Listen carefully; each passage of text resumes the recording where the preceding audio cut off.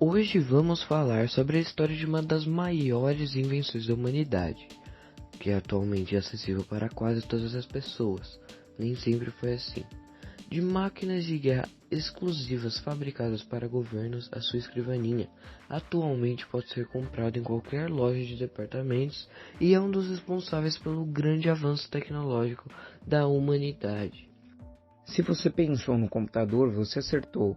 Então vamos conhecer a história desta máquina extraordinária e entender por que o computador é tão importante para nós. O britânico Charles Babbage foi um engenheiro mecânico, filósofo e matemático, e ele desenvolveu uma máquina diferencial, que era uma calculadora mecânica criada para calcular funções polinomiais, mas ela acabou não sendo construída na época. Porém, esse projeto consumiu muita parte da sua vida e por isso ele foi considerado como o pai do computador. A proposta original descrevia um aparato de uso geral que incorporava diversos elementos comuns a qualquer computador, como a unidade lógica e aritmética, uma memória capaz de armazenar 1000 números de 40 dígitos e uma entrada de dados e fórmulas, que seriam inseridos na máquina através de cartões perfurados.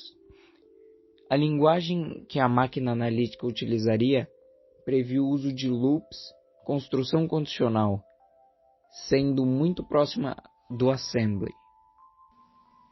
A primeira ideia de computador eletromecânico veio de um alemão, Konrad Zuse, que em 1936 tentou vender a ideia ao governo, sendo prontamente descartado, já que para eles não tinha utilidade para a guerra.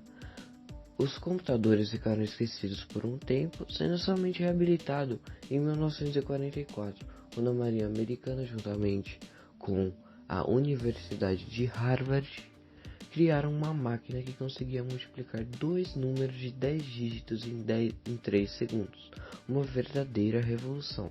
E detalhe, este computador tinha cerca de 120 metros cúbicos e ocupava o espaço de uma casa. Simultaneamente e em segredo, estava sendo criado pelo exército americano o mais famoso antecessor do nosso computador pessoal, o ENIAC, que de tão grande precisava ser operado por equipe de 6 pessoas ligando e desligando conexões, inserindo e removendo os cartões furados que faziam as vezes de entradas de dados. Neste computador foram investidos 6 milhões de dólares. Ele era capaz de fazer 5.000 cálculos por segundo, pesava 27 toneladas e ocupava cerca de 167 metros quadrados. Reza a lenda que quando era ligado, as luzes da Filadélfia esmaeciam devido ao consumo de seus 150 kW de potência que eram necessários para seu funcionamento. Alan Turing, o homem que encurtou a Segunda Guerra. Alan Turing foi um matemático criptoanalista e um dos primeiros cientistas da computação modernos.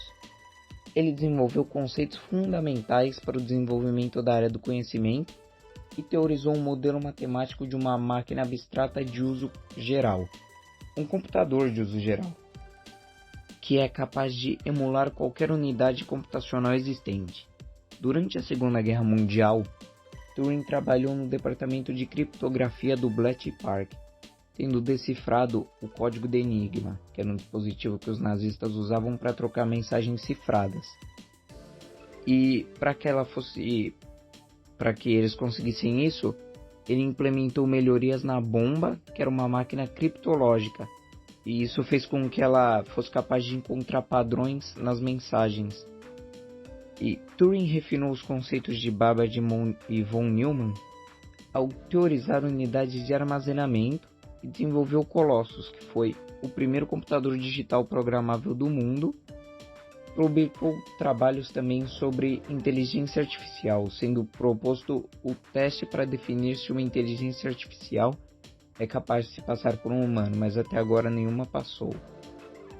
Os estudiosos defendem também que Turing sozinho encurtou a guerra em pelo menos 2 anos, o que torna os acontecimentos posteriores ainda mais absurdos, já que em 1952 ele acabou sendo condenado por atos libidinosos e foi submetido à castração química como alternativa à prisão. Deprimido, em 1954 acaba se suicidando, né? Depois de tudo isso, em 2009, o governo britânico finalmente pediu desculpas pelo tratamento que deram a ele.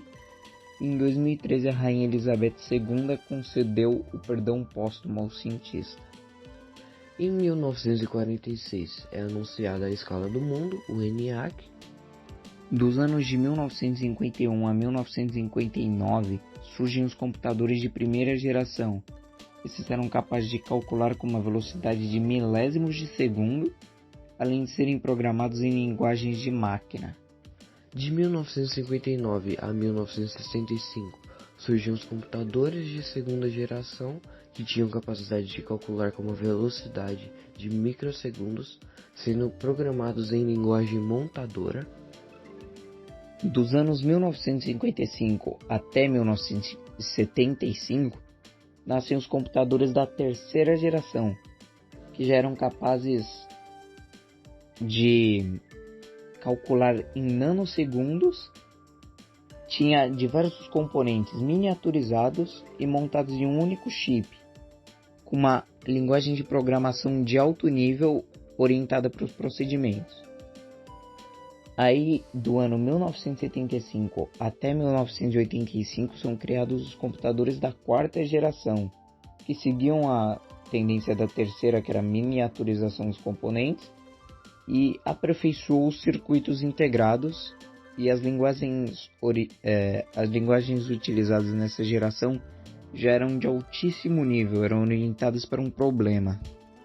Em 1990, a partir dessa década, são lançados softwares de melhor qualidade com capacidade de processar as informações com maior rapidez, e a partir de 2000, após o virado do milênio, os computadores continuaram a seguir a tendência de miniaturização de seus componentes, tornando dessa forma os computadores mais maleáveis e práticos nas tarefas diárias. Além disso, há um investimento maciço em seu design.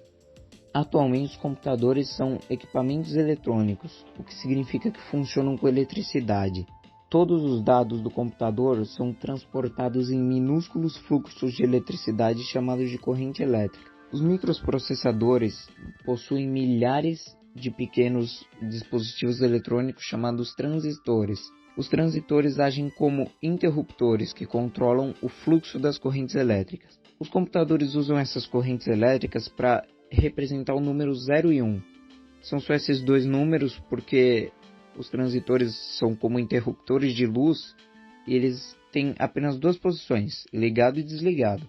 O transistor ligado representa um número e o desligado representa outro. Assim, os computadores usam séries de 0 e 1 para compor letras, sons e qualquer outro dado. Os computadores leem somente 0 e 1 e todas as instruções que um computador segue são formadas por séries desses dois números. Mas para as pessoas é difícil trabalhar com séries tão extensas de números, então os técnicos que escrevem esses programas de computador, que são chamados de programadores, criam as suas próprias linguagens. Dentre elas estão a linguagem de programação chamada BASIC, Java e C++.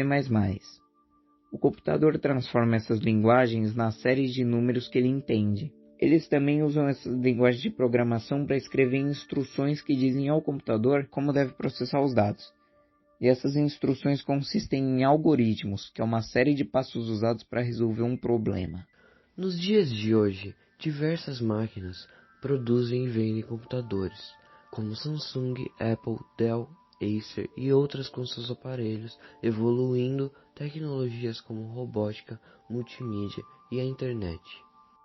O computador tem uma longa história, desde a guerra até a globalização dos dias de hoje, cada vez com mais avanços e trazendo a tecnologia para perto de nós. Obrigado por assistir.